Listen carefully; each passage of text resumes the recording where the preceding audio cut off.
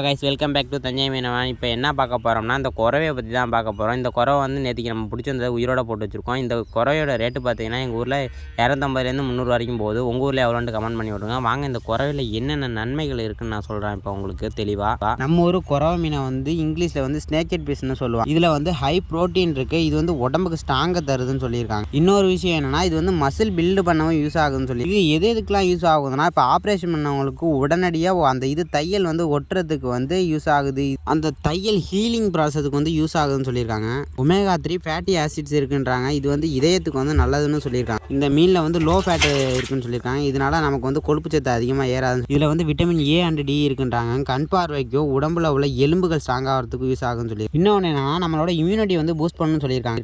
இன்னொன்று என்னென்னா இந்த மீன் வந்து நம்ம ஐஸ் மீன்லாம் வாங்கக்கூடாது. நமக்கு ஃப்ரெஷ்ஷாக வாங்கினா இந்த மீன் நல்ல மீனாக இருக்கும். இல்லைனா நமக்கு உடம்புக்கு கெடுதல்னு சொல்லியிருக்கேன். இன்றைக்கி பார்த்தீங்கன்னா கைஸ் இன்றைக்கி இந்த வீடியோ இதோட முடியும். இந்த மாதிரி நம்மளோட உடம்புக்கு ஹெல்ப்ஃபுல்லான மீன்களை பற்றி தெரிஞ்சுக்கணும்னு நினச்சிங்கன்னா நம்ம தஞ்சை மீனவன் சப்ஸ்கிரைப் பண்ணி சப்போர்ட் பண்ணுங்கள் கைஸ். இன்றைக்கி பார்த்தீங்கன்னா இந்த வீடியோ இதோட முடியுது. அடுத்த ஒரு நல்ல வீடியோ வந்து சந்திக்கிறேன். Bye guys.